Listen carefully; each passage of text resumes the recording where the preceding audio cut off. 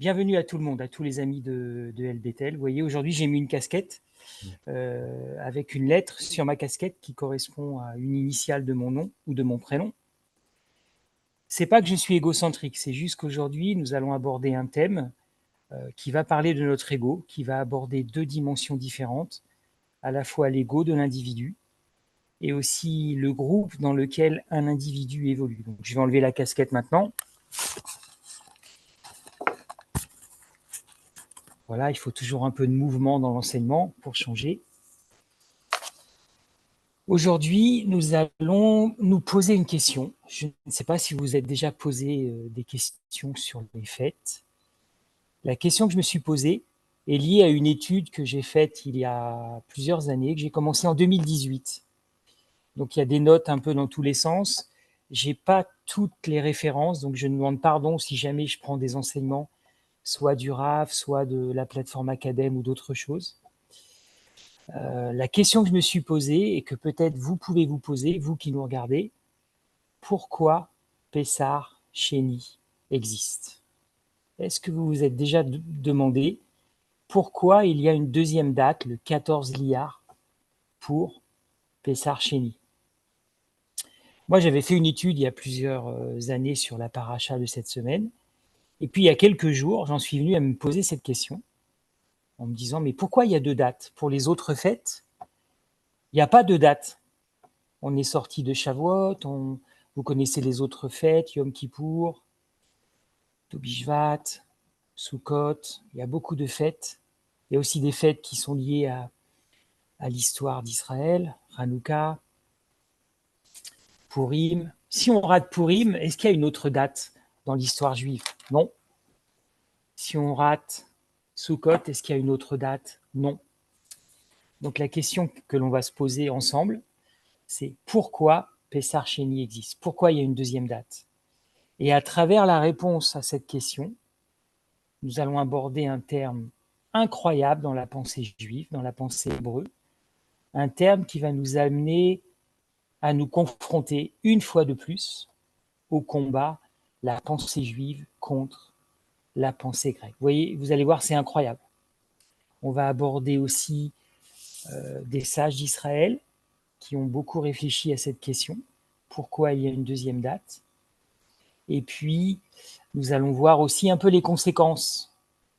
Se poser cette question, c'est pas juste pour faire un enseignement, pour remplir le mardi, c'est aussi pour vous qui êtes là, qui êtes dans une Keïla, ou ceux qui voudraient créer une Keïla, ou qui viennent de créer une Keïla, comme nous à Beth Shoresh.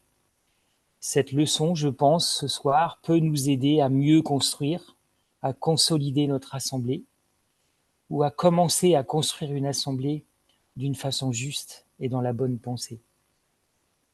Je vais rappeler le contexte en Nombre, chapitre 9, Bamidbar, chapitre 9.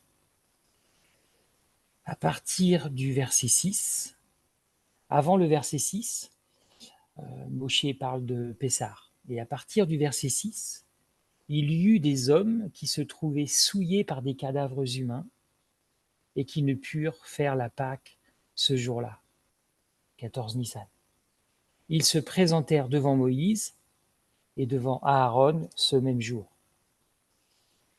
Et ces hommes lui dirent, nous sommes souillés par des cadavres humains, mais pourquoi serions-nous privés d'offrir le sacrifice du Seigneur en son temps, seul entre les enfants d'Israël? Moshe leur répondit, attendez que j'apprenne ce que l'Éternel statuera à votre égard. Et après, il aura la réponse à partir du verset 9, du verset 10. Et Hachem va enseigner cette deuxième date, c'est au deuxième mois, verset 11, le 14e jour, 14 liards, vers le soir, qu'ils feront la Pessar Chéni. Donc nous avons le contexte. Pourquoi Pessar Chéni existe? Première raison, qui est fondamentale dans notre étude d'aujourd'hui, c'est une demande individuelle. Honnêtement, c'est assez rare, vous pourrez chercher le nombre de fêtes, le nombre de dates qui sont liées à une demande individuelle. Ici, ce sont des individus en tant que tels qui vont voir Moshe et qui demandent quelque chose de spécifique. La première leçon que nous pouvons apprendre, c'est qu'en général, dans la pensée juive et dans le vécu d'Israël, les fêtes sont collectives. Les fêtes sont collectives. Il n'y a que deux choses importantes, je dis le mot chose, parce que je ne trouve pas d'autre mot, où c'est l'individu qui se présente en priorité, qui s'efface devant le groupe. La première chose, c'est la circoncision. Les sages enseignent que la circoncision, c'est une décision individuelle que la personne prend face à son Créateur. La deuxième chose, c'est Pessah. Les sages enseignent que la fête de Pessah, c'est une fête où on se présente en tant qu'individu. C'est une fête où on va venir au repas du Seder, où on va ouvrir le Seder en tant qu'individu. La meilleure preuve, si vous relisez votre Sidour de Seder, l'ordre de Pessah, vous verrez, on en a déjà parlé, qu'on appelle les 4 fils. On met en avant 4 personnalités différentes qui sont invitées à la table. Et vous savez qu'on va d'un extrême à l'autre, une des personnes étant dans la pensée, vraiment dans la pensée, elle pose la bonne question au bon moment, et la personne extrême s'exclut de la pensée en se disant même « qu'est-ce que je fais là ? Je n'ai même pas de quoi poser une question ». Mais c'est intéressant. Vous savez que le Sidour de Pessah ne s'est pas fait comme ça en une année et qu'au 1er siècle, Yeshua n'avait pas entre les mains le Sidour que vous avez eu entre les mains il y a quelques semaines. Le Sidour est le résultat d'un vécu, de plusieurs siècles de vécu, d'études du peuple d'Israël. Et donc c'est pour cela que ces 4 personnes qui sont invitées, ces 4 enfants qui sont invités à la table, quelle que soit leur personnalité, c'est fondamental dans la pensée juive. Qu'est-ce que nous apprenons ? L'individu est important à ce moment-là. Pensez au Pessah que vous venez de vivre. Je ne sais pas si vous étiez à votre maison ou dans une assemblée.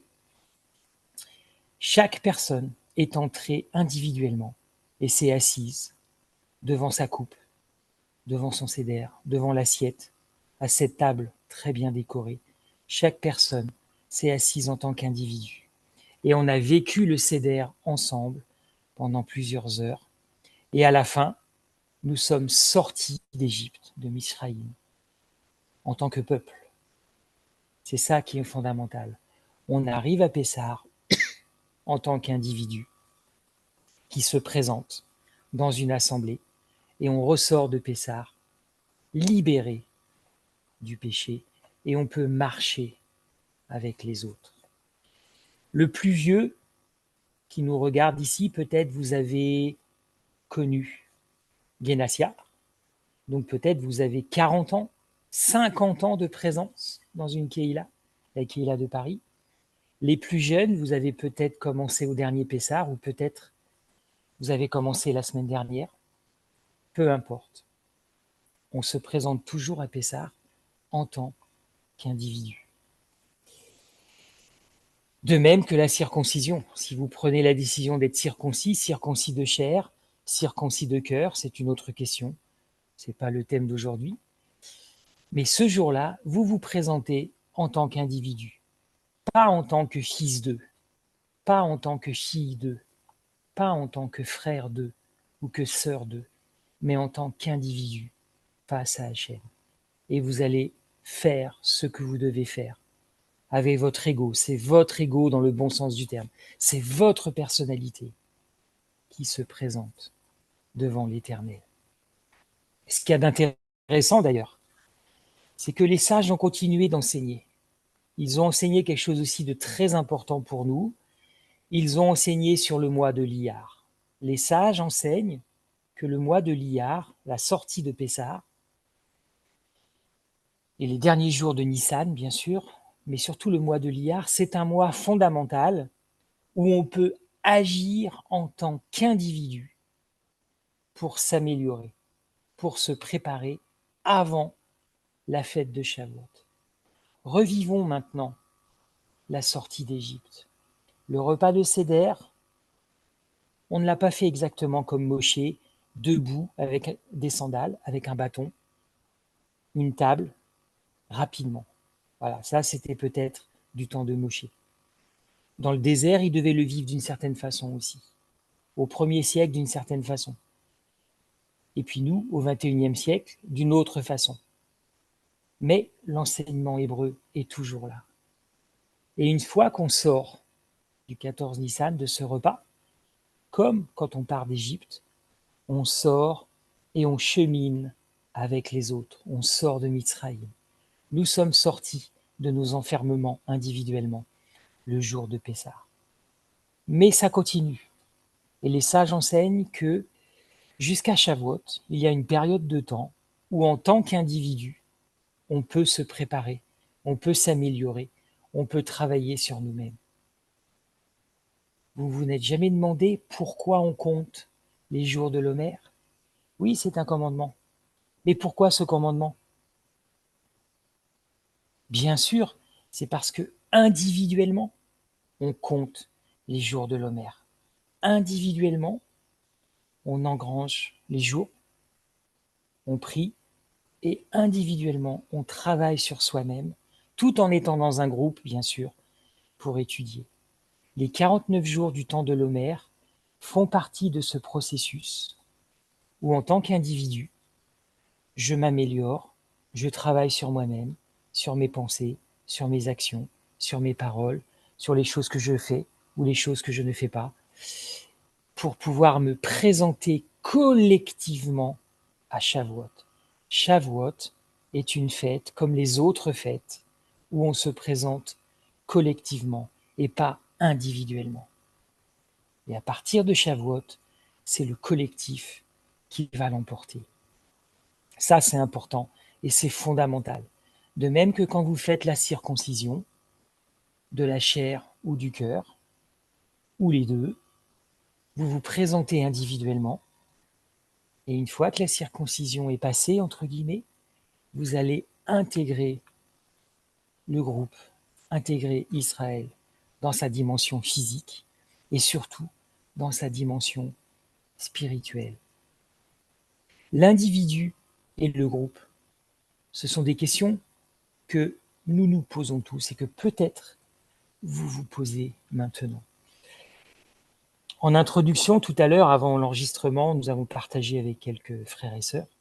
On a parlé des vidéos de Beth Shoresh. Vous savez quelle est la vidéo qui a le plus marché, avec plus de 500 vues? C'est un peu ridicule, honnêtement, par rapport à El Bethel. Mais 500, pour nous, c'est pas mal, c'est un début. La vidéo qui a le plus marché, c'est celle qui s'intitule « Ce n'est pas la fin du monde ». Et c'est une vidéo où on traitait des ruptures dans les relations. Vous pourrez réécouter cette vidéo peut-être, où on parle des relations entre Shaoul et d'autres personnes dans la Keïla. La Mishnah en parlait aussi. Et c'est aussi l'étude de ce soir. Nous parlons d'un individu, vous qui êtes là individuellement, face à cette caméra, en direct ou en différé, moi qui suis de l'autre côté. Nous sommes des individus, avec notre passé, notre vécu, nos forces, nos faiblesses, nos victoires, nos échecs. Nous sommes quelqu'un, nous sommes une personne. Mais nous sommes aussi dans un groupe. Ici, c'est un groupe virtuel. C'est intitulé sur mon écran Zoom Workplace. Et je vois plein de noms qui défilent, plein de prénoms avec des visages, ou pas de visage. Mais je sais que je suis dans une communauté. Je sais que je ne suis pas tout seul. Et ça, c'est la bonne nouvelle. Cette vidéo a marché parce que ce sont des questions qu'on se pose tous. Moi, je suis un individu. Comment je suis avec les autres? Est-ce que je suis avec les autres? Est-ce que les autres peuvent être avec moi? Ça, c'est fondamental. Pourquoi cette question de l'individu et de Pessar Sheli est fondamentale dans la pensée juive? Je voudrais vous parler d'un rave dont on ne parle pas souvent, qui est né en 1865 dans un pays balte, en Lettonie, et qui est mort en 1935 à Yerushalayim. C'est le Rav Kook, K-O-O-K. Le Rav Kook était extraordinaire. Pourquoi je vais vous parler de lui? Le Rav Kook a vécu dans différents endroits. Il est né dans les pays baltes. Il est né dans cette terre. Vous savez, dans les pays baltes, il y avait la Jérusalem du Nord. Malheureusement, tout le monde a été massacré. Et il a vécu dans cette partie du monde, une terre que l'on appelle un peu la terre noire, la terre des massacres, où il y a eu les pogroms à partir des années 1880. Une terre qui était à la fois une terre d'accueil à certains moments pour le peuple juif, et aussi une terre de mort et de persécution. Il a bougé ensuite, et puis il est allé vers l'ouest, et il s'est retrouvé bloqué en Allemagne. Et c'était un rave qui ensuite s'est retrouvé en Angleterre. Après le début de la guerre, il a réussi à aller en Angleterre. Il a dirigé une communauté juive en Angleterre, et il a participé beaucoup aux négociations pour la fameuse déclaration Balfour. La déclaration Balfour, c'est la promesse qui a été écrite par des hommes politiques anglais de créer ce qu'ils appelaient un foyer national juif en Palestine. Alors, je vais beaucoup utiliser le mot Palestine parce que là, je vais parler un peu d'histoire. Il faut que vous sachiez, les frères et sœurs, que quand on parle d'histoire, on doit éviter l'anachronisme. C'est quoi l'anachronisme? C'est quand on utilise des termes qui ne correspondent pas à l'époque dont on parle. La Palestine, dans les années 1900, 1937, 39, était le terme qui était employé. On n'utilisait pas Israël. Je rappelle que Golda Meir a souvent dit, et elle l'a montré, j'ai un passeport palestinien. Et elle a montré le passeport de Palestine qu'elle avait, parce qu'elle vivait dans cette terre. Donc quand on utilise le mot Palestine, quand on parle de ces années-là, c'est pas la même chose que de parler du mot Palestine maintenant. Vous savez qui en parle. Vous savez quels sont les groupes qui en parlent. C'est pas du tout la même chose. Donc le Rav Kook était très engagé pour la création d'un foyer national juif en Palestine. Il a été militant depuis toujours. Il était orthodoxe, mais il se battait à fond et il faisait tout pour faire avancer la cause. À la fin de la guerre, quand l'Empire turc s'est dissous, a été disloqué, que les tribus arabes ont retrouvé leur indépendance et que la terre de Palestine a été débarrassée de la présence ottomane, les Anglais se sont arrangés avec les Français pour diriger la région. Les Français ont pris le Liban et une partie de la Syrie, et les Anglais, qui avaient déjà l'Égypte, parce qu'ils avaient chassé Bonaparte en 1799-1801, les Anglais ont décidé de contrôler la Palestine, ce qu'on appelle maintenant la Jordanie, et bien sûr l'Irak. Voilà. Et ils ont pris le contrôle. Le Rav Kook a quitté sa communauté anglaise et s'est installé en terre de Palestine, qui s'appelait comme ça, pour diriger les communautés ashkénazes de la région. Et ensuite, à partir de 1921, il est devenu le dirigeant, le directeur du Beth Din, le juriste en chef, si vous voulez, du tribunal rabbinique pour les Ashkénazes en Israël. Et toute sa vie jusqu'à sa mort en 1935, il a milité à travers son enseignement, à travers ses écrits, mais aussi à travers ses règles de justice, ses jugements. Il a milité vraiment pour que la cause d'Israël avance sur cette terre. C'est pour ça que si vous êtes intéressé par le processus avant 48, lisez le Rav Kook, renseignez-vous sur ses enseignements, renseignez-vous sur ce qu'il a fait, sur ce qu'il a dit et sur les jugements qu'il a rendus. Et il est mort en 1935, malheureusement sans voir la déclaration d'indépendance. Mais la cause avait beaucoup avancé.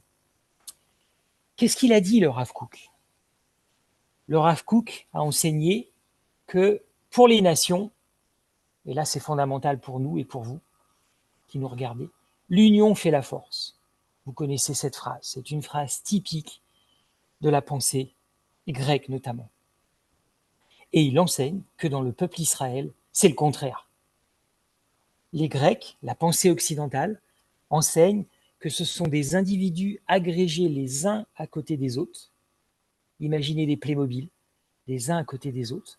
Vous les mettez ensemble et vous formez un groupe surpuissant qui peut avancer. Ça, c'est la pensée grecque. Le Rav Kook, qui savait de quoi il parlait, parce que oui, il avait en face de lui une force, la force britannique, qui a mis des bâtons dans les roues, la force de certaines populations arabes, qui quelquefois ont déclenché des pogroms. Je rappelle le pogrom de 1929, qui a fait des dizaines de morts atroces. Lisez les récits de l'époque, notamment d'un journaliste français, qui a fait un livre qui s'appelle « Le Juif errant est de retour », où le Juif errant est arrivé, qui a été en Israël dans les années 30, terre de Palestine, qui a interviewé les gens qui avaient vécu le pogrom de Hébron. Horrible, horrible, horrible. Il savait de quoi il parlait quand il parlait de la force et des individus. Dans la pensée occidentale, dans la pensée grecque, on agrège les individus, on se pose des questions sur leur force, sur leur qualité, on les met ensemble ou on les élimine. Vous savez d'ailleurs que cette semaine, il y a un parti politique qui a éliminé des gens, des fidèles de chez les fidèles, qui étaient là depuis 27 ans. Il y en a même un qui a dit « J'ai sacrifié ma vie avec mes enfants pour militer avec cet homme, et cet homme m'a chassé. » La pensée grecque classique. Tu ne me plais plus, je t'élimine. On élimine les individus. Et on va en mettre d'autres à la place. C'est pas la pensée juive. Le Rav Kook enseigne que dans la pensée juive, c'est l'inverse. Ça, c'est dingue, ça. Qu'est-ce que tu veux dire, Fred? C'est l'inverse. Oui, c'est le groupe qui va forger l'individu. Là, on aborde la Kehila. Posons-nous la question. La Kehila dans laquelle nous sommes, la Kehila que nous voulons bâtir, ou dont nous rêvons, comment nous la voyons? On peut la voir de deux façons. On peut la construire avec la pensée grecque sans le savoir. Et moi, je suis tombé dedans plusieurs fois. Quelqu'un arrive, où j'ai des gens autour de moi, et j'analyse les individus, la force et la faiblesse, le plus, le moins. Qu'est-ce que tu as fait avant? Qu'est-ce que tu peux apporter? Et puis on commence à arranger des choses. Et grâce à ces individus, on va construire une Kehila. Vous savez qu'on peut construire une Kehila, même avec un nom hébreu, avec une pensée grecque. On se fait piéger sans le savoir. Si, comme moi, vous venez de la pensée grecque, si vous avez vécu pendant 40 ans dans la pensée grecque, malgré tout l'amour qu'on a pour Israël, on peut se faire piéger, complètement piéger. Vous vous souvenez du Canada Dry? Ça a le goût de l'alcool, ça a la couleur de l'alcool, mais ce n'est pas de l'alcool. Canada Dry. J'ai pas envie de construire une Kehila Canada Dry. J'ai pas envie que vous soyez dans une Kehila Canada Dry.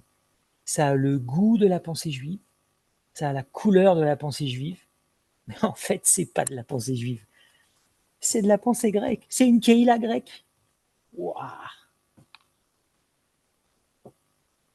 Construire une Kehila qui ne soit pas Canada Dry, c'est construire à l'inverse. Et c'est construire à l'inverse de Pessar Sheni.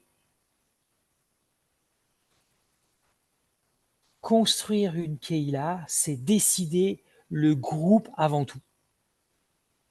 Je construis le groupe avant tout, dans la pensée, avec Hachem. Et toutes les personnes qui intégreront la Kehila s'épanouiront individuellement dans le groupe, par le groupe. C'est la pensée du Rav Kook. Et c'est une pensée révolutionnaire peut-être, parce que c'est choquant. C'est le groupe, c'est la Kehila, ce sont les tribus, c'est Israël qui va vous donner votre personnalité, qui va construire votre ego. Et vous ne pourrez vous épanouir que dans le groupe. Fred, attends, tu me parles de quoi là? Attends, je vais remettre ma casquette parce que c'est choquant ce que tu me dis là. Puh. Tu m'entraînes dans un système totalitaire là. Le groupe avant tout. Le groupe toujours, toujours, toujours avant tout. C'est pas possible. Bien sûr que c'est possible. Et vous savez pourquoi? Parce que Hachem l'a prévu. Et là, nous avons l'importance de cette question. Pourquoi Pessar Chéni existe? Parce que c'est une fête où c'est en tant qu'individu, vous, qui allez vous présenter. Et là, vous avez votre espace de liberté. Là, vous avez l'espace où vous venez individuellement qui vous êtes. Et vous vous présentez individuellement. Une Keïla, c'est pas McDo. Venez tel que vous êtes. C'est pas la vie d'Israël. C'est pas une Keïla. Sauf à Pessar Sheli. Et quand vous reprenez Nombre, chapitre 9, deux individus complètement inconnus qui viennent voir Moshe tels qu'ils sont. Ils lui posent une question. Il n'avait pas encore toute la révélation puisqu'il n'avait pas la réponse. C'est bien la preuve qu'il y a des espaces de liberté. Oui, il y a des espaces de liberté. Pessar Sheni, Pessar en général, est un moment où je m'assois à table en tant qu'individu. Même si je suis marié, même si j'ai des enfants, même si j'ai 50 ans de présence dans la Keïla, même si je suis le Rav, ce jour-là, je suis face à Hachem en tant qu'individu. Et je vais participer au Seder avec toute ma personnalité. C'est ça, Pessar Sheni. Comme pour la circoncision. Ton ego se réalise dans le groupe. C'est ça, la pensée juive. C'est ce qu'enseigne le Rav Kook. Vous voulez une autre preuve? Prenons le sidour de prière. Voilà, moi j'ai pris le sidour du Rav Shapira. La Kedusha, page 38, pour ceux qui ont le sidour. Ahavat Olam. Incroyable cet enseignement. L'assemblée d'abord, puis le Chazan seul. Il y a une prière. Vekaraze elzeve amar. Et juste après, il est marqué tous. Kadosh, Kadosh, Kadosh. Qu'est-ce qu'on apprend de la Kedusha? Je vous conseille d'étudier aussi profondément les prières, dans leur sens et dans leur construction et dans leur organisation de l'office. Qu'est-ce qu'on apprend de la Kedusha? C'est que individuellement, c'est comme si on n'était pas digne de pouvoir dire Saint, Saint, Saint. On a besoin d'être avec les autres pour pouvoir proclamer la sainteté. Et on fait un mouvement avec les autres. Les sidours de prière, l'office de Torah est rempli de moments où, une fois de plus, on voit qu'on ne peut s'accomplir individuellement que dans le groupe. Vous voulez une autre preuve? Le minyan. On peut parler du minyan dans la pensée grecque. Ok, il faut le faire. C'est comme ça. On peut aller plus loin. Plonger dans la pensée du Rav Kook notamment et dans la pensée hébreu. C'est quoi le minyan? 10 personnes. Et en fait, quand on fait le minyan, chaque personne est la 10e personne. Réfléchissez à ça. Pour un minyan, il faut être 10. 10, c'est 10 fois 1. 10 individualités. 10 personnes qui se présentent. Donc nous sommes un individu. Le premier arrive à 9h15, le deuxième à 9h20, le cinquième à 9h40, peut-être le 10e il arrive juste à 9h59. pense que le Rav ne serait pas trop d'accord pour ça. Peu importe. En fait, peu importe l'heure. Il suffit qu'il en manque un. Il en manque un qui s'en va ou qui arrive en retard. Eh bien, vous serez toujours le 10e. Eh ouais, le 10e manque. Que ce soit le premier qui s'en aille ou le dernier, en fait, c'est toujours le 10e. Réfléchissez à ça. Quand on forme le minyan, chaque individu est le 10e. C'est-à-dire que chaque personne va se réaliser grâce aux 9 autres.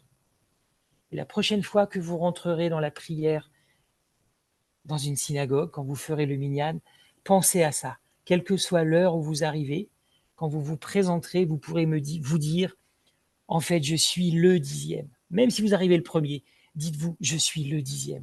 Je ne peux me réaliser que si il y a les autres. J'ai besoin du groupe pour me réaliser. Parce que si le groupe n'est pas là, eh ben, moi, personnellement, je ne peux pas me réaliser. Et je ne peux pas prier pour la ville. Et donc, je ne peux pas protéger la ville. C'est la même chose pour Kadosh, Kadosh, Kadosh. Si je ne suis pas avec les autres, si je n'applique pas le tous, tous, tous, je ne peux pas faire cette prière. On se réalise individuellement, on arrive avec notre espoir individuel, on ne se réalise que dans le groupe. Et c'est comme ça qu'on construit une Keïla. On veut une Keïla qui soit forte, qui progresse, c'est en pensant comme ça. C'est pas en découpant les individus, en faisant des fiches. Il y a les fichiers S en France. Peut-être on pourrait donner une autre lettre. Dans la pensée grecque, on aime bien ficher les gens et les catégoriser. C'est pas ça. Le groupe, Shavuot, les fêtes, on est ensemble. On peut faire le minyan ensemble. Kadosh, Kadosh, Kadosh, ensemble. Et faire des gestes ensemble. Vous voulez une autre preuve? Le mur. C'est incroyable. On peut avoir des caméras, mon ami Fernand a des caméras quelquefois, où il suit 24 heures sur 24 ce qui se passe au mur, les réparations, les prières. On avait des blagues là-dessus sur les réparations. C'est incroyable le mur. On n'est jamais tout seul. Toujours avec les autres. Toujours avec les autres. Et on fait les mouvements avec les autres. Et des fois, c'est tellement surchargé. On se réalise individuellement. On arrive, on prend le bus, on marche, peut-être tout seul ou avec son fils, et on va se réaliser individuellement grâce aux autres. Tout seul, on ne se réalise pas. L'union fait la force, c'est typique des nations, c'est typique de la pensée des nations. Ce n'est pas la pensée d'Israël. La pensée d'Israël, c'est le contraire. La force fait l'union. L'individu fait le groupe. Vous pourrez lire Josué 6, Josué 7, c'est un passage très, très, très fondamental, où on retrouve cette différence entre l'individu et le groupe. Si l'individu se réalise dans le groupe, qu'est-ce qui se passe quand l'individu pêche? La paracha de cette semaine, on aurait pu aussi l'appeler la paracha de la médisance, la paracha de la mauvaise parole de Myriam. Je ne vais pas en parler. Peut-être le TMPI fera une paracha qui en parlera jeudi ou vendredi. Vous pourrez lire la fin de la paracha, où on voit Myriam qui pêche contre son frère et la femme de son frère, et qui sera écartée du groupe. En tant qu'individu, elle sera écartée. Vous lirez la suite et vous verrez la place du groupe dans cette paracha, la place du groupe par rapport à Myriam. Je vous encourage à lire Josué 6 et Josué 7. Josué 6, c'est incroyable. On tourne autour de Jéricho. Pas individuellement, en tant que groupe, avec un son spécifique. Un son du groupe, plusieurs fois. Et c'est en groupe que l'on tourne autour des murailles. Et c'est la force du groupe, qui obéit à Hachem, bien sûr, et à Josué. C'est le groupe et sa force qui fera tomber les murailles. Ce ne sont pas les hommes individuels, comme on peut voir dans Robin des Bois ou dans tellement de films, à l'attaque, et dans Jeanne d'Arc. Et les gens, ils attaquent pas, et ils tombent des échelles, ils se prennent de l'huile, ils se prennent des pierres. Ça, ce sont des actions individuelles. 1 plus 1 plus 1 plus 1. Ça, c'est la pensée grecque. Le groupe uni, il était uni avant, il a tourné, les murs sont tombés. Et puis en Josué 7, eh ben, ça va tourner. Il y a un individu, en tant qu'individu, dans son ego, qui va désobéir, qui va toucher à quelque chose auquel il n'aurait pas dû toucher, il sera puni, et pas, c'est tout le groupe qui va payer aussi. Et ça, c'est une autre leçon de la pensée juive. Oui, une assemblée peut payer pour une faute individuelle. En Josué chapitre 7, vous pourrez le lire, des gens vont mourir. Je crois à peu près 36 personnes vont mourir. Ils vont partir dans une attaque, une bataille, et ben ils vont payer. Ils vont payer à cause de la faute d'un individu.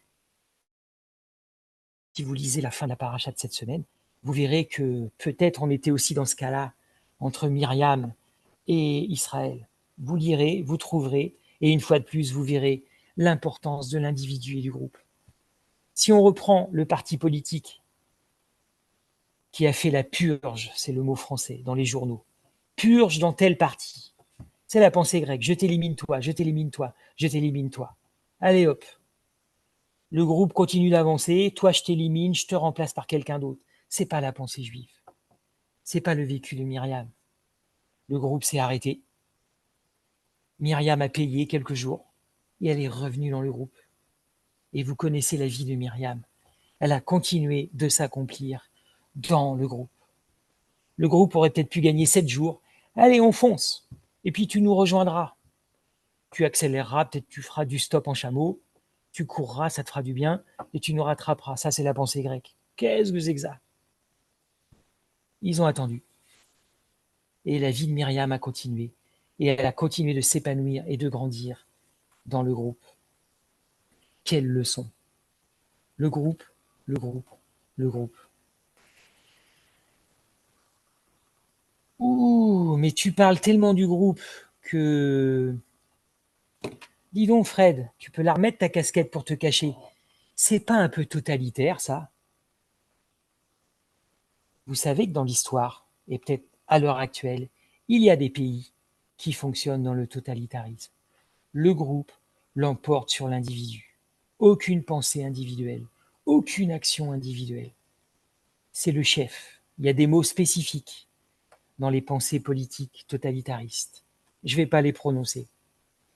Il y a des pays à l'heure actuelle qui sont gouvernés par un homme qui décide de tout.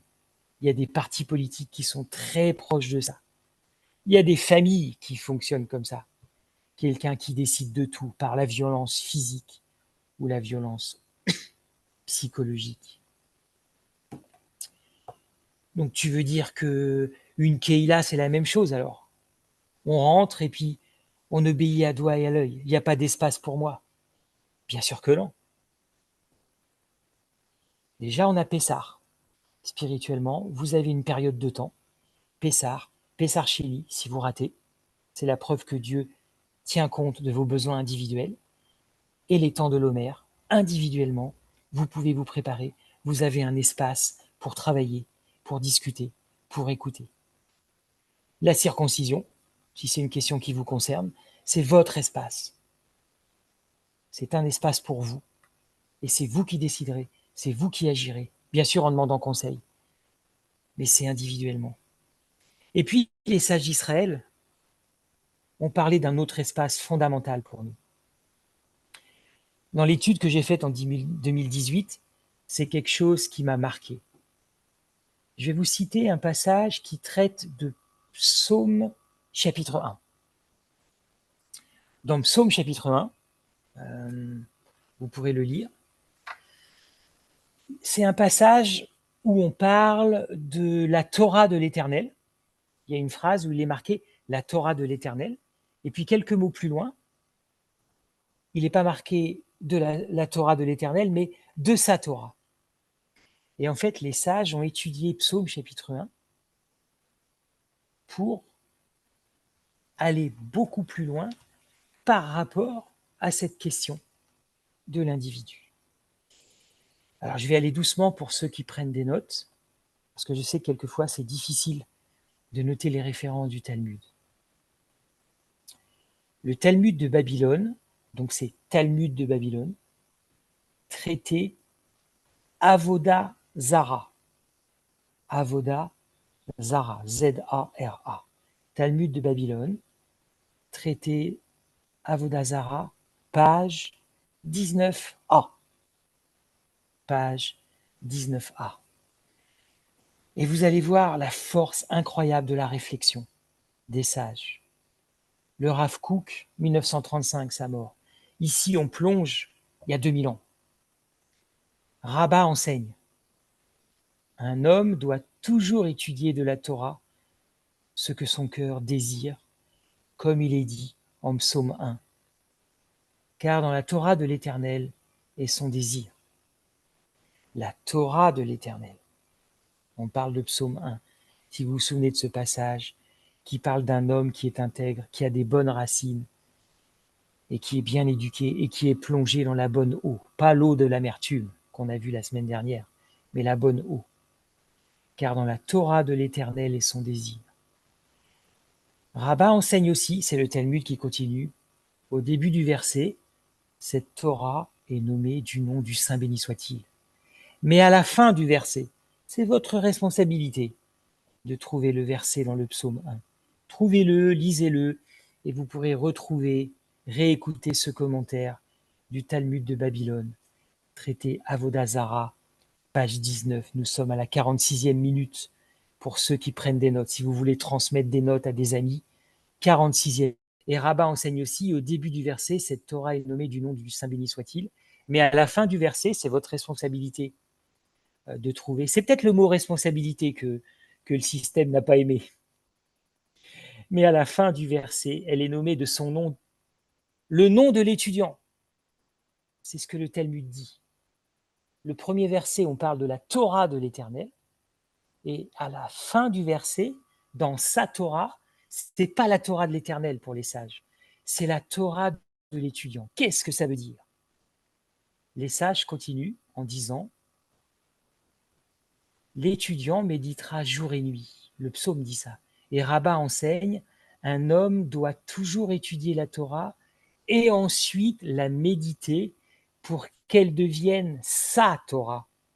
S-A, possessif. » Quand j'ai lu ça, j'ai relu ça alors que je l'avais noté en 2018, ça a fait tilt dans ma tête par rapport aux enseignements incroyables. Combien de fois il a dit « Méditez votre prière ». Au début, je ne comprenais pas. Qu'est-ce que ça veut dire? On lit la Torah, on l'étudie, on la médite. Et en fait, cette Torah qui était à l'Éternel quand vous l'avez ouverte, avec la méditation, avec l'étude, avec la prise de notes et tout le travail de méditation que vous faites, et on a chacun son processus pour le faire, elle devient votre Torah. Vous la prenez en tant qu'individu. C'est le troisième espace. Après Pessah, après la circoncision, c'est le troisième espace où c'est en tant qu'individu que vous allez agir. Voilà un espace de liberté.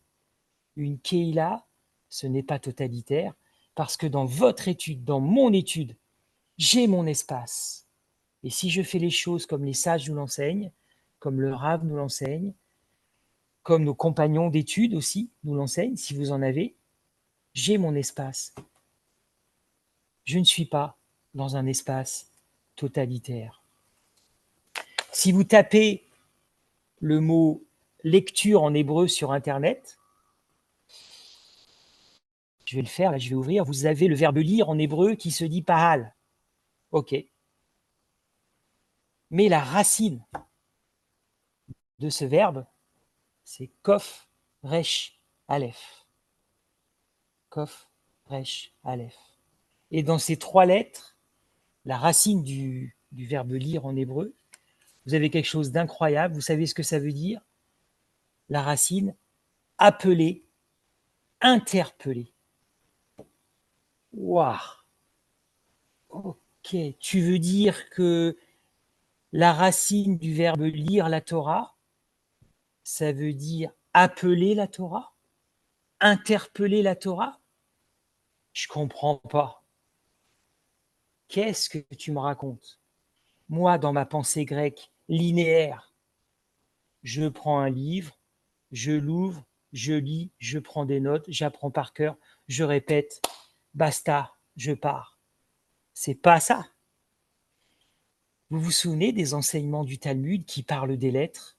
J'ai pas les références, je suis désolé. Si vous les avez, vous pouvez les mettre dans le chat. Combien de fois on a entendu cet enseignement où il y a des lettres qui se présentent devant Hachem et elles veulent être les lettres du commencement. Moi, je veux être la lettre du commencement. Vous vous souvenez de l'enseignement du Rav? Pourquoi c'est la lettre Bereshit et pas la lettre Aleph qui commence? Alors que normalement, commencement dans la pensée grecque, ça serait la lettre A, la première. C'est pas la première lettre. Et puis il y a d'autres lettres qui viennent, nanana, moi je veux ci, moi je veux ça. Au début, franchement, quand j'ai écouté ça les premières années, qu'est-ce qu'il raconte le Rav? J'étais dans ma pensée. J'étais dans ma pensée grecque. Des lettres qui se présentent face au Créateur pour parler avec le Créateur. Qu'est-ce qu'ils ont fait, les sages d'Israël? Vraiment, les chrétiens, ils ont raison. Ils racontent n'importe quoi dans le Talmud. Saint Louis a eu raison. Il fallait vraiment brûler le Talmud. J'étais dans ma pensée grecque. Quand vous commencez à rentrer dans la pensée hébreu et que vous travaillez la signification des verbes et que vous voyez, par exemple, que le verbe lire a sa racine profonde, ça veut dire interpeller, appeler. Ah bah oui, tu veux donc dire qu'une lettre peut m'interpeller? Une lettre peut m'appeler? Oui. La prochaine fois que vous allez ouvrir votre Tanakh, vous pouvez jouer ça. Juste une fois, pour bien imprégner. Vous ouvrez et vous dites, Fred, tu m'entends? J'ai quelque chose à te dire. Ah ouais? Et puis vous-même, vous pouvez parler. Verset 14, j'ai une question à te poser. C'est ça, la lecture de la Torah dans la pensée hébraïque. C'est une conversation avec la Torah, avec les lettres de la Torah, avec Hachem, la même chose. Et donc, ce qu'on a lu dans cette conversation entre Hachem et les lettres par rapport à Bereshit, c'est la même chose tous les jours. L'étude de la Torah, c'est cet espace où vous pouvez interpeller et vous pouvez être interpellé par la Torah. Et c'est dans ce sens où les sages enseignent que chaque matin, chaque midi, chaque soir, vous développez votre propre Torah. Et comme vous n'êtes pas dans la pensée grecque, j'espère, vous n'allez pas vous la jouer après. J'arrive, tac, tac, à la synagogue le mardi soir et surtout le samedi, tac, tac, j'en mets plein la vue avec une super kippa, tac, tac. Et là, je vais montrer combien je suis formidable, parce que je suis un individu formidable.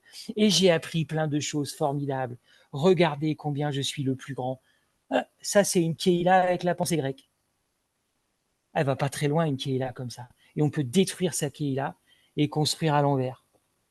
Je me construis en tant qu'individu, et comme on l'a vu tout à l'heure, lorsque je vais arriver samedi matin, je vais m'épanouir avec les autres. Je suis le 10e, je suis le 50e, je suis le 150e. Peu importe la Torah personnelle que j'ai acquise pendant la semaine, je ne vais pas l'étaler pour écraser les autres. Je suis là avec les autres et je m'adapte avec les autres. Qu'est-ce que les sages nous enseignent aussi? Je ne sais pas si vous avez un compagnon d'études. Moi, je l'ai souvent enseigné et quelquefois, fais ce que je dis, fais pas ce que je fais. J'ai toujours pas été sérieux dans mon compagnon d'études. J'ai pas été fidèle avec les compagnons d'études. Je peux pas dire que j'ai un vrai compagnon d'études. Ça, c'est pas juste. J'ai raté la pensée. Qu'est-ce que les sages enseignent sur la pensée par rapport aux compagnons d'études? Un truc qui, moi, me défie. Chacun d'entre vous, vous savez ce qu'il vous conseille? Prenez comme compagnon d'études quelqu'un qui est plus faible que vous, moins rapide que vous, moins fort que vous. C'est ça. C'est trop facile de prendre comme compagnon d'études quelqu'un qui est plus fort. Rav, Rav, j'ai une question à te poser. Rav, j'aimerais être avec toi. Bah, bien sûr. Bah, ça, c'est la pensée grecque. Souvenez-vous, ceux qui viennent du milieu chrétien. C'était comme ça. 50 personnes, 100 personnes, 200 personnes sur le passeur. Et basta. Ça, c'est pas hébreu. cherchez un compagnon d'études. S'il est meilleur que vous, ok. Et s'il était plus faible que vous, les sages vous demandent de choisir quelqu'un parce que vous allez l'aider à progresser. Et vous-même, vous allez progresser avec lui à son contact. Ça, c'est tout à fait hébreu. Incroyable. Et si vous venez d'un milieu militaire, je sais que certains, vous venez d'un milieu, vous avez été formé comme ça, policier, gendarme, militaire. On n'abandonne pas sur le terrain son compagnon. Les légionnaires, pour ceux qui connaissent la Légion, plutôt mourir que de laisser un mort. Qu'est-ce que tu me racontes? On ne laisse pas les morts sur le terrain. On va chercher l'autre. Ça, c'est un groupe. La même chose dans une Keïla.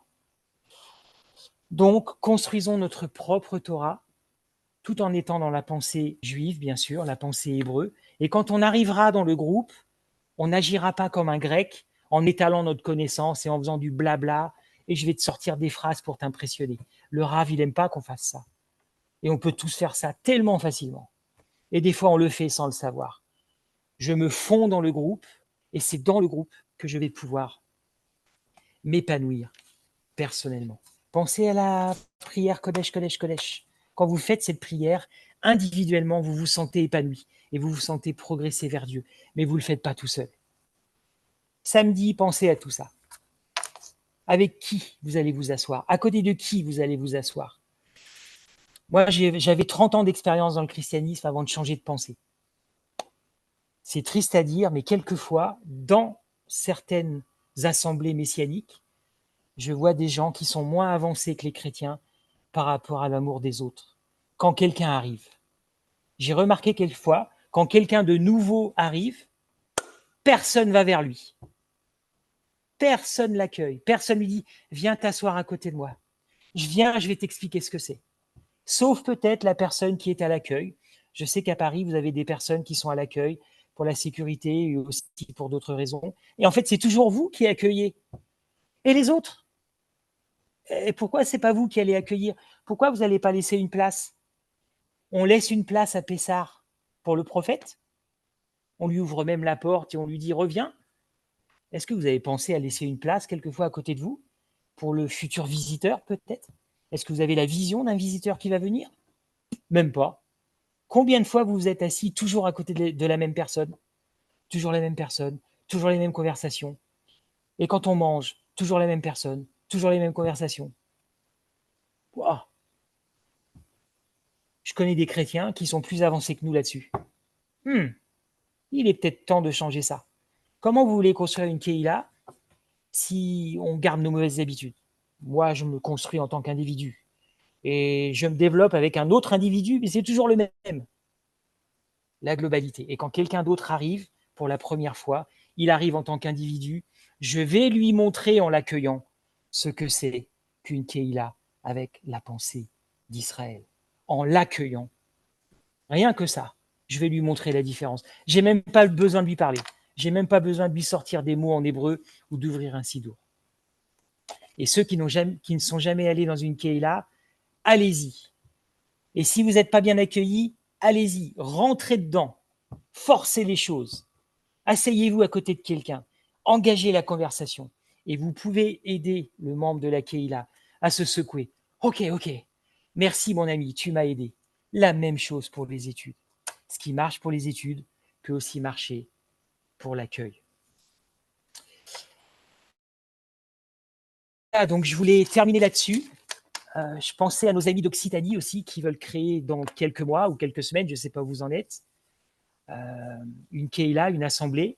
Nous, on a quelques mois d'expérience sur la région de Genève. Franchement, c'est pas facile. On a toute la volonté, on aime Israël, et quelquefois, sans le savoir, on ne pense pas comme les sages nous l'enseignent. On construit individuellement. Et ça, c'est pas juste.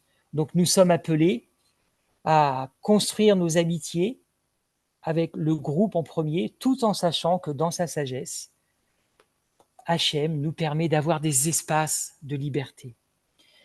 Rashi, quelques siècles après le Talmud, a aussi enseigné quelque chose de plus frappant. Et là, franchement, je ne sais pas quoi penser. J'ai pris cette pensée en 2018, je l'ai notée, voilà ce que Rashi enseigne. Si vous, qui êtes là, en face de nous, si vous avez le pouvoir d'enseigner, ou la capacité d'enseigner, ou l'opportunité d'enseigner, comme moi, par exemple, aujourd'hui, écoutons ce que dit Rachi. Rachi enseigne que on doit enseigner ce qui intéresse les élèves, pas enseigner ce qui nous intéresse.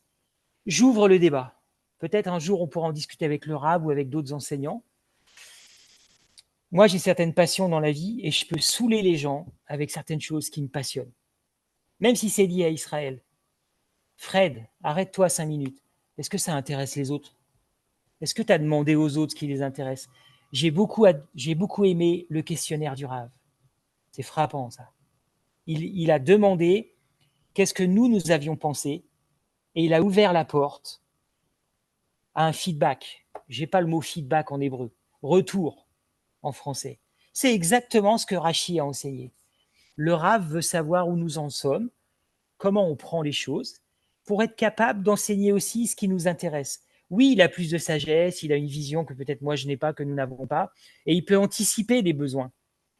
Mais Rachi enseigne qu'on ne peut pas toujours fonctionner comme ça. Il faut aussi qu'on enseigne des choses qui nous intéressent. Parlez-en entre vous cette semaine. N'hésitez pas à en parler aussi avec ceux qui enseignent, qui vous enseignent. Nous, on va continuer d'en parler dans notre assemblée à Beth Shoresh. On propose des choses et puis le groupe décide. On fait des sondages et on ne peut pas passer notre vie à enseigner parce que nous savons à l'avance ce qui est bien pour le groupe. Il faut aussi que ça intéresse le groupe. Rachid, il n'a pas le même âge que moi. Peut-être il n'a pas le même caractère non plus. Peut-être il n'est pas intéressé par les mêmes choses que moi.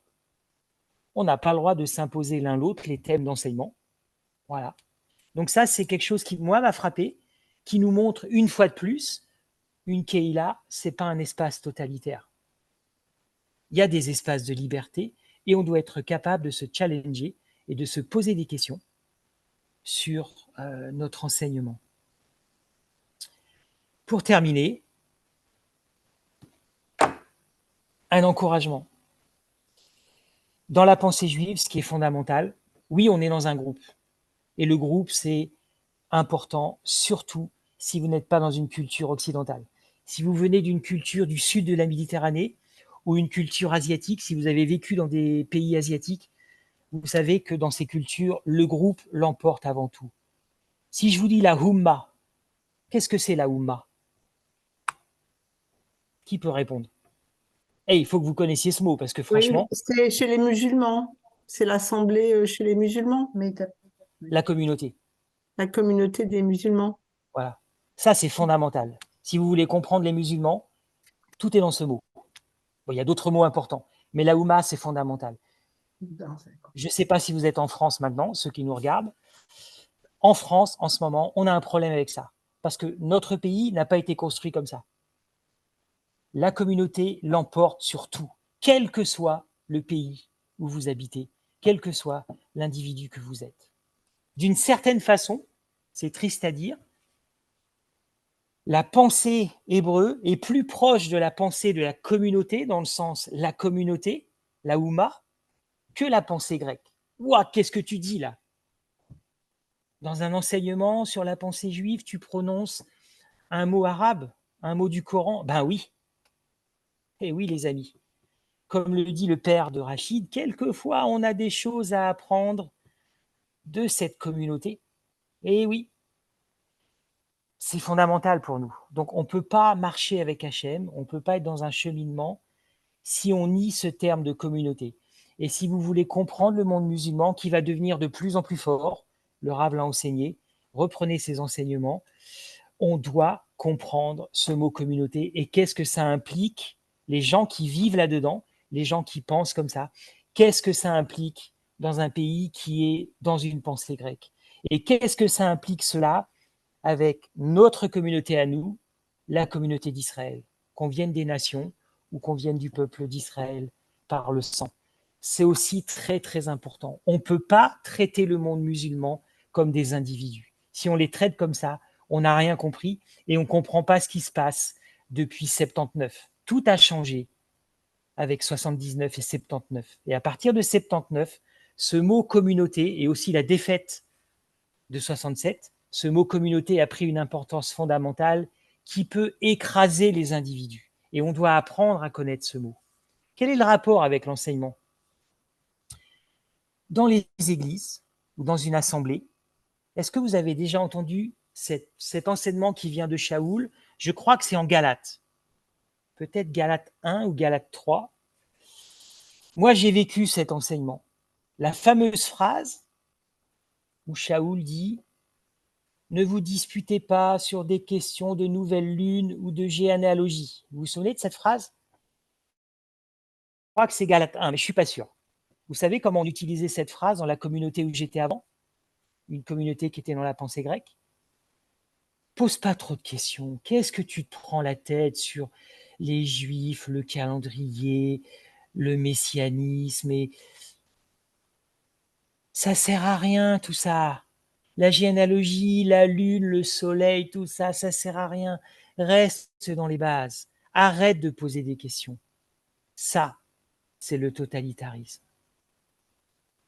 Ça, c'est pas la pensée juive, hébraïque.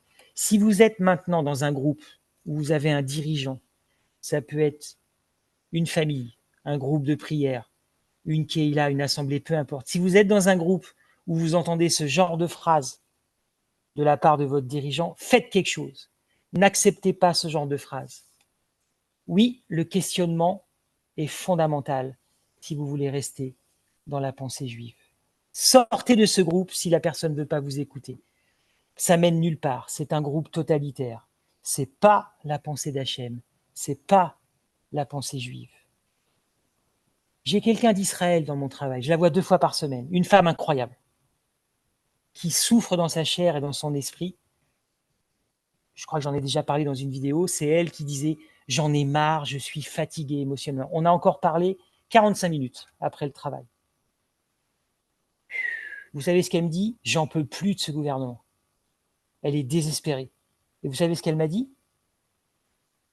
J'aimerais pas revivre dans mon pays physiquement si ma fille était majeure. J'ai pas envie que ma fille fasse l'armée pour ce gouvernement. Ce gouvernement ne la mérite pas. Je veux pas faire de politique. C'est juste pour vous montrer que même au sein d'Israël, la question se pose. Qu'est-ce qui est dit? Comment les gens pensent? Est-ce qu'il y a de la liberté? Pourquoi la Torah nous enseigne, le Talmud nous enseigne, ne fait pas de la Torah une couronne de gloire? C'est parce qu'on peut aussi utiliser la Torah pour en faire un instrument du totalitarisme. C'est pas ça. La Keïla, le groupe, mais il y a aussi des espaces de liberté où en tant qu'individu, vous allez vous épanouir. Et si vous voulez rester fidèle jusqu'à la fin, jusqu'à 90 ans, 100 ans, 102 ans, 104 ans, c'est impossible de rester fidèle si on ne s'épanouit pas individuellement aussi. On s'épanouit individuellement dans le groupe. Il faut les deux. Si vous en manque un, il y a un gros problème et on n'ira pas jusqu'au bout. On peut tomber soit dans le totalitarisme, soit dans la frustration extrême et on suit les autres comme une machine. Il n'y a pas de robot. L'Éternel ne veut pas qu'on soit des robots. Donc pensons à ça, construisons une Keïla dans la pensée hébreu. N'oubliez pas, interpellez la Torah chaque jour, utilisez cet espace, méditez la Torah, construisez votre propre Torah. Si vous avez un doute, parlez-en avec les gens qui sont autour de vous, avec votre rave ou avec d'autres personnes dans votre Keïla. Si vous pensez que vous tombez dans l'égoïsme et dans quelque chose de dangereux, et je ne m'inquiète pas pour vous, et je ne m'inquiète pas pour moi non plus. À chaque fois que j'oublie ça, quand je n'étudie plus la Torah, quand je ne questionne plus la Torah, quand je ne veux plus que la Torah me questionne, c'est fini pour moi. Je redeviens comme avant, un mollusque, un gars qui fait les choses par habitude, un robot religieux. Je ne veux pas être comme ça. Voilà, donc je vous remercie pour votre attention. Je vous souhaite une bonne soirée. Je peux juste rester encore 5 minutes s'il y a des salutations ou des questions. Vous pouvez m'écrire, vous pouvez donner vos commentaires. Je ne sais pas comment vous faites d'habitude, s'il y a des commentaires. Et on retient bien qu'on peut parler de tout et on peut tout remettre en question, sauf Erad, bien sûr. Voilà, ça c'est aussi fondamental. Merci pour votre attention.